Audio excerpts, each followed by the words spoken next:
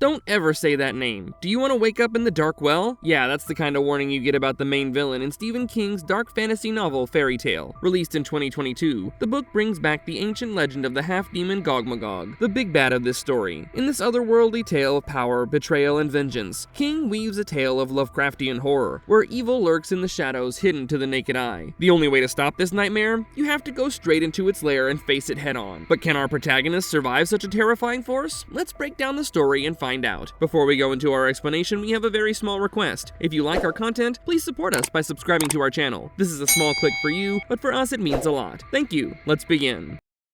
Who is Gogmagog? The fairy tale villain. Charlie Reed is a 17-year-old teen living in Century's Rest, Illinois. Ever since he lost his mother to a tragic van accident at the age of 7, he's been living with his alcoholic father. One day, Charlie finds his elderly neighbor, Mr. Howard Bowditch, injured in the yard. Feeling indebted to some higher power out there, he takes care of both the man and his sick dog, eventually bonding with them. After Mr. Bowditch succumbs to a fatal heart attack, Charlie finds a recorded message that reveals that the old man was actually 120 years old. He's also surprised to know that there exists a locked shed in the backyard, which contains the portal to a distant world. While this current world was the source of his gold, the other world has a magical sundial which was the source of his longevity. Charlie is to keep all of its secret from the world, because they may abuse its powers if they ever learn about it. After learning this, Charlie can't just leave Bowditch's dog Radar in pain, so he arms himself with 2 handguns, takes Radar with him, and travels to the other world in search of the sundial that would revitalize the dog. How is he to know that the portal would lead him to the dreaded Gogmagog, the monstrosity that plagues the other world? In this new world called Impus, Charlie encounters Dora, the shoemaker, and some members of the Gallian royal family, named Leah, Stephen Woody Woodley, and Claudia. Although they're exiled now, they decide to help Charlie, even providing him with food and guidance. It was the flight killer that had exterminated the royal family. Whoever survived this evil was cursed with disability and disfigurement. Moreover, a strange illness called the Grey descended upon the inhabitants of Impus now. Evil has spread contagiously across Impus, and we later realize that this is all Gogmagog's doing, and that he's the ultimate source of Flight Killer's powers. In fact, it is Gogmagog who uses Flight Killer as a tool to wreak havoc upon the world. Anyway, Charlie emerges successful in his mission. He goes to the deserted city of Lilimar, where he not only finds the sundial, but also restores Radar back to her younger self. But if everything was to go just as planned, this wouldn't be a Stephen King dark fantasy, now would it? Just as they're about to leave the city, Charlie is lost and they're ambushed by a dreadful army of undead night soldiers. Radar escapes, but Charlie isn't that lucky. He's imprisoned in the Deep Maylene, an underground prison where he's forcefully trained to take part in a gladiator-like tournament called the Fair One. Here, Charlie learns that the infamous flight killer actually happens to be Eldon, who is Princess Leia's brother. This implies that Princess Leia not only loses her seat in the royal palace, along with her entire dynasty, because of the evil Gogmagog, but also loses her very own brother to the evil clutches of the creature. Soon, Charlie's brown hair turns blonde and his eyes turn blue. While he's surprised, the prison inmates see this as a symbol of him being their true prince and savior. Anyway, the tournament begins and Charlie barely survives the first round. Before the second round could commence, a warden named Percy helps them escape. Thankfully, Charlie is reunited with Radar, Dora, and the Gallian family. He learns more about Eldon's past. The 2 youngest siblings, Leia and Eldon, happen to be very close at one point, but Eldon had to face severe bullying for his appearance and deformities, which planted the seeds of resentment in his heart. Everything turns upside down when Prince Eldon discovers the Dark Well, which is the lair of the evil creature Gogmagog. One thing to note about the Dark Well is that it can be opened only when the 2 moons of Impus, Bella and Arabella, touch each other in the distant horizon. As Eldon opens the Dark Well, he comes in contact with the dreaded Gogmagog. They strike a deal where Eldon would serve as Gogmagog's puppet in exchange for immense power that the brood would bestow upon him. With his newfound powers, Eldon transforms into the evil flight killer, who curses Impus out of vengeance for his mistreatment. Now the group has a big mission to follow through on. They have to stop Flight Killer from opening the Dark Well again. For this, they have to return to Lilimar, follow Flight Killer down to the well, and defeat him before the moons collide again. This time, the moons would smash against each other, and the Flight Killer plans to help the brood escape the well. Princess Leia's love for her brother clouds her better judgment, and she refuses to believe that Eldon would be as depraved as the Flight Killer that has brought shame and malice upon their dynasty. But Charlie somehow manages to convince her to join the team in stopping this devilish force. As Charlie, Leah, and Radar lead a small group to infiltrate the city and eventually find the Dark Well, they find Flight Killer waiting at its entrance. Up in the sky, Bella and Arabella are about to collide. When Leah finally sees what has become of her brother, she has no choice choice but to accept the truth. Eldon, who has lost all threads of humanity, comes down brutally on his sister, but Leia manages to survive all attacks, and she herself stabs him with the dagger. The monstrous Gogmagog appears, dragging the fallen man into the well. Gogmagog then kills the very person it had used to spread destruction in the world. The moons collide, and the damage has already been done. The dark well opens wide, and Gogmagog vigorously tries to push his way out. The more he tries to escape, Charlie is reminded of the story of Rumpelstiltskin. Standing fearlessly, he shouts out the name of the grotesque beast and orders it to retreat back into the dark well. His name is his only weakness. Charlie frantically repeats the name of the monster to ward it off. Eventually, the demon is forced to retreat back into his godforsaken realm out of defeat, and Princess Leia closes the door permanently. Victory graces the group as they return to the surface. Leia, the heir to the throne of Impus, is now proclaimed as the new queen. Time passes, and the city begins to reconstruct itself, and Charlie recovers from his injuries. His eyes and hair are also restored to their natural color. Although Gogmagog has been banished into his forbidden realm, Charlie is apprehensive of the demon's return. But with the destruction of the moons, chances of the door opening seem rather bleak, so it's unlikely that the cursed beast will ever come back. He remains condemned in a forsaken realm, down in the underground lair, far away from the grace of humanity. Anyway, 4 months have passed since their arrival in Impus around autumn last year. Charlie now returns to Earth with his dog Radar, and is reunited with his father in a long embrace. He even brings the old man to this new wonderful place, visiting Impus one last time before completely sealing off the portal.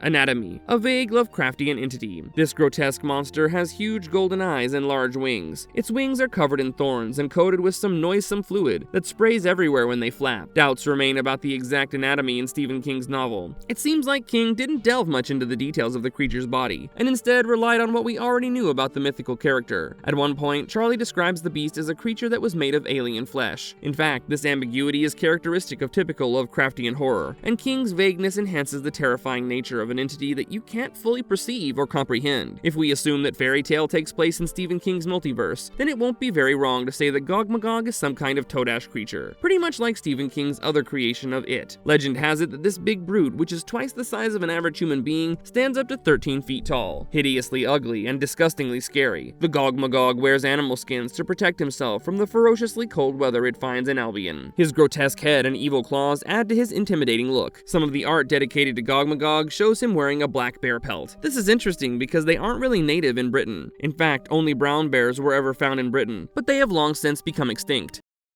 Personality. Leader of Chaos. While we know very little about Gogmagog's personality, it's fair to assume that this creature has a knack for destruction. He craves chaos and resents peace. Judging by his actions, we can say that he harbors hatred for anything that is good and beautiful.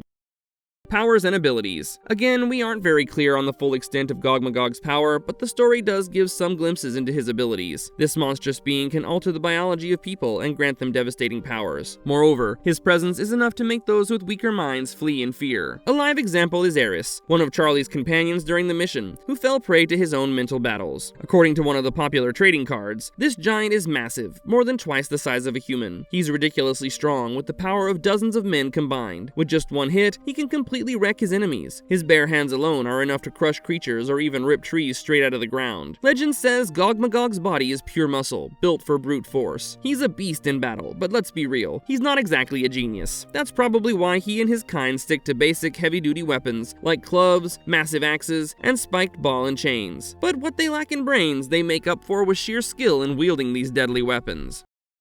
The legend of the Gogmagog, the giants of Albion. Long before civilization flourished in the British Isles, the place was scouted by a ferocious group of giants. Gogmagog was the most powerful beast among these giants that ruled the land. Not only did he fight the brutal war with the dashing armies of Troy, he was also the longest surviving giant on the island. Hailing from a lineage of demons, he boasted the strength of over 20 big men. Back then, Britain was called Albion, named after the oldest giant mother, Alba, in order to commemorate the reign of the giants. Gogmagog's story is very popular in Anglican folklore, especially in Welsh and Anglican mythology. The name of the beast is derived from two ancient demons, Gog and Magog, each legendary in its own right. When the Trojan army arrived on the island, they knew the giants were way stronger than them. So instead of trying to overpower them, they used smart battle tactics, setting traps and taking out as many giants as they could. When it came to face-to-face combat, the giants were terrifying. Some could take down 2 soldiers at once. But in the end, the Trojans had the advantage of numbers and strategy, and they managed to wipe out most of the giants. Gogmagog was the last one standing, and he ended up in a one-on-one fight with the warrior Cornelius. It was a brutal battle, but Cornelius managed to overpower him and throw him off a cliff, putting an end to the legend of Gogmagog once and for all. The legacy of a half-demon heritage. The violence that characterizes Gogmagog can be traced back to his family's heritage. The legendary Syrian king, Diocletian, was troubled by all 33 of his daughters. The women had killed their husbands and were cast away for their crimes. As their boat drifted to the ancient shores of the island of Britain, they found themselves entering a pact with demons. Soon they gave birth to a race of giants, our Gogmagog being one of them. These giants would grow up to kill everyone on the island.